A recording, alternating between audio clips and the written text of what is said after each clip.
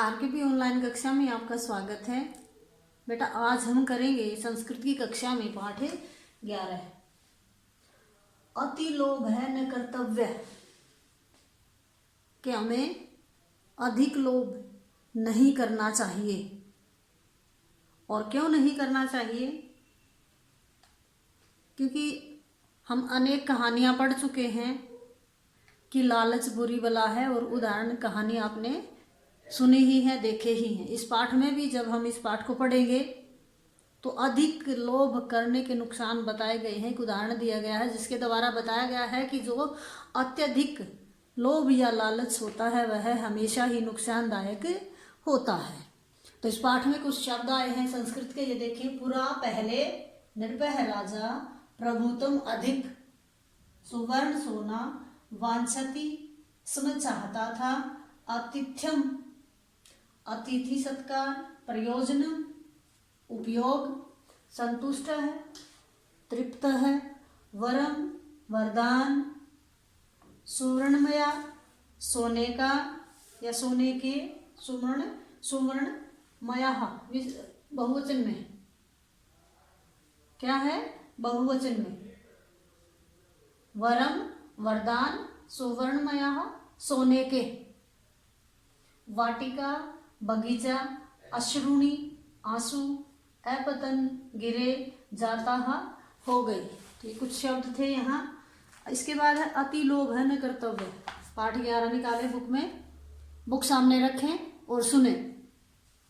पुराहा प्राचीन काल में, कस्मिश्चित किसी नगर में, एक है एक निर्भय राजा वस्ती समय रहता था।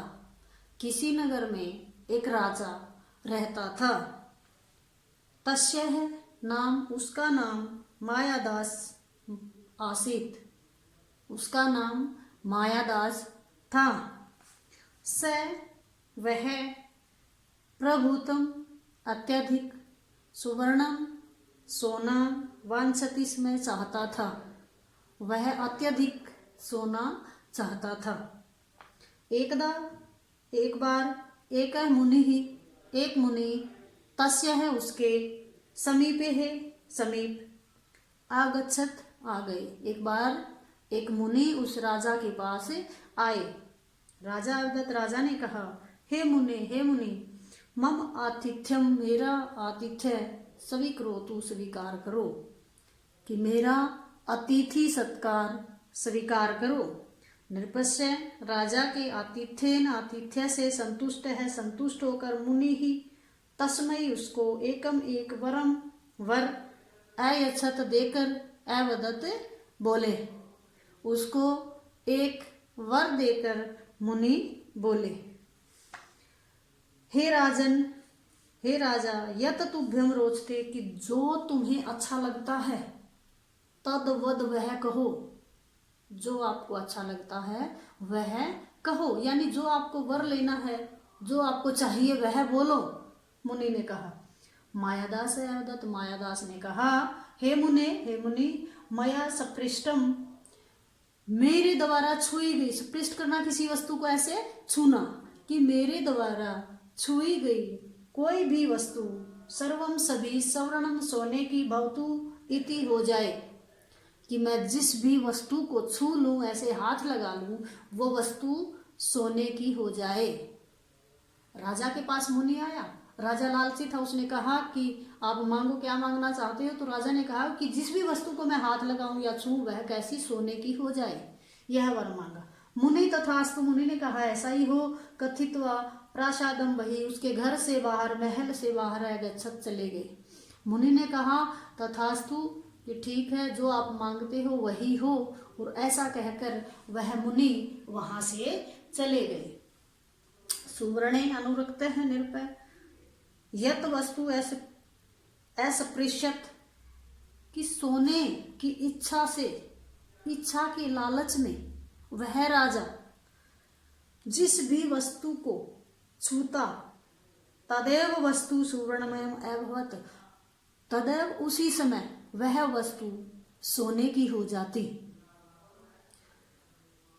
राजा उद्याने बगीचे में, सर्वान वृक्षान स्पृशत, और उस राजा ने उस बगीचे के सभी वृक्षों को छू लिया।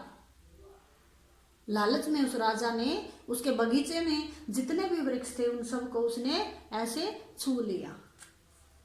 ते सर्वे वे सभी वृक्षा सुवर्ण में या सोने के या भवन हो गए। सभी वृक्ष उसके जो बगीचे में जितने भी वृक्ष थे वो सारे के सारे कैसे हो गए, किसके, सोने के हो गए। आरंभे तो निरपैति प्रसन्न, आरंभे शुरू में तो निरपह राजा अति बहुत अधिक प्रसन्न खुश था। पिपाशाकुल है, प्यास से व्याकुल या पीड़ित। स वह जलम पातुम इच्छत, उसने जल पातुम पीने की इच्छा की।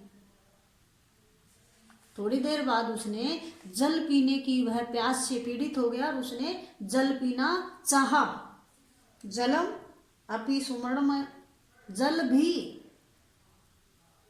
कैसा हो गया, सुवर्णमयम, सोने का। उसने जैसे ही उस जल को छुआ तो वह भी कैसा हो गया, सोने का। एवं भोजनम अपि, इसी प्रकार भोजन भी सुवर्णमयम जातम, इस प्रकार जो भोजन था वह भी किस चीज का हो गया, सोने का। वो भुक्षित पिपासित, भूखा और प्यासा वह राजा अतीव दुखिता भवत, वह बहुत दुखी हुआ, क्योंकि ना वह कुछ खा सकता है ना पी सकता है, क्योंकि हर वस्तु जिसको वह छू लेता है वह सोने की बन जाती है। और अब वह कैसे खाए, प्यास भी लगी हुई और भूख भी, तो वो बहुत दुखी हो गया। निर्भय पुनः नहीं, तस्य नेत्राभ्याम अश्रुणी, उसकी आंखों से आंसू अपतन गिरने लगे, उसकी आंखों में आंसू आ गए, अर्थात वह रोने लगा। तदैव तस्य पुत्री, तब उसकी पुत्री पितु समीपे आगच्छत, फिर उसकी पुत्री उसके पास, अपने पिता के पास आ गई। सा अपि सुवर्णमयी, वह भी सोने की हो गई, जाता हो गई। अत्यंत दुखी था निरपह, बहुत दुखी होकर वह दोबारा मुने मुनि के समीपम पास अगच्छत गई। बहुत दुखी होकर वह दोबारा मुनि के पास गए। नृपह मुनि पादयो, जो राजा था वह मुनि के पाद यानी पैरों में विनम्रता पूर्वक क्षमा मांगते हुए बोले, अहम कनकम न वांछामि, अहम यानी मैं, कनक यानी सोना, न वांछामि नहीं चाहता हूं, कि अब मुझे सोना नहीं चाहिए, मुझे इतना धन नहीं चाहिए।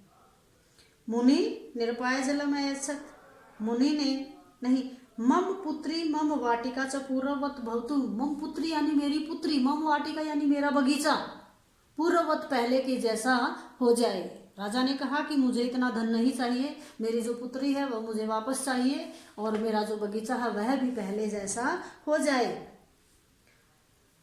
किम में कनकेन प्रयोजन, उस धन का क्या लाभ, क्या उपयोग, क्या प्रयोजन, जो मैं बुभुक्षित है पिपासित है, बुभुक्षित भूखा, विपासित प्यासा, च मरिष्यामि, यदि मैं भूखा और प्यासा ही मर जाऊंगा। उसने कहा कि उस धन का, उस सोने का, उस दौलत का क्या लाभ, जब मैं भूख और प्यास से मर ही जाऊंगा। तब यानी मुनि ने निरपाय राजा को जलम अयच्छत, जल दिया और कहा, गच्छ जाओ एतेन जलेन, इस जल से सर्वाणी यानी सभी वस्तुनि वस्तुएं पूर्व रूपे पहले के रूप में परिवर्तितानि बदल जाएंगे, भविष्यंति हो जाएंगी। वो ये जल ले जाओ, ये जल जिस वस्तु के ऊपर आप डालोगे तो वो पहले जैसी हो जाएंगी। तब वर शक्तिर अपि, आपकी जो वर दिया था आपको, उसकी शक्ति है वह भी लुप्ता भविष्यति, वह भी चली जाएगी, गुम हो जाएगी, खत्म हो जाएगी। यानी मैंने जो आपको वर दिया था कि जिस वस्तु को आप ऐसे छुओगे वह सोने की बन जाएगी, वह वर भी आपका खत्म हो जाएगा, अर्थात उसके बाद वो वस्तुएं सोने की नहीं बनेंगी। मायादास है, मायादास जलम आदाय, जल को लेकर पुत्र्यः, पुत्री पर, उद्यानस्य बगीचे पर, च और ऊपरी अक्षिपत फेंका, ऐसे छिड़क दिया। उसने, उस मुनि ने जो उसको वो जल दिया था, वह उसने उन वस्तुओं पर ऐसे छिड़क दिया, फेंक दिया। तस्या पुत्री, उसकी पुत्री, सर्वम उद्यानम, सारा बगीचा, च तत्क्षण में, उसी समय, तत् यानी उसी, क्षण यानी पल में, एव ही तभी, यथावत पहले जैसा अभवत हो गई, यानी उसकी पुत्री और जो बगीचे में जो वृक्ष थे, जितनी भी वस्तुएं सोने की हो गई थी, वो सारी की सारी कैसी हो गई, पहले जैसी। अतएव उच्यते, इसलिए कहा है, अति लोभो न कर्तव्य, अधिक लाभ, अधिक लोभ, लाभ नहीं लोभ नहीं करना चाहिए। अर्थात हमें अपने जीवन में ज्यादा लालची नहीं होना चाहिए, अत्यधिक लोभ नहीं करना चाहिए।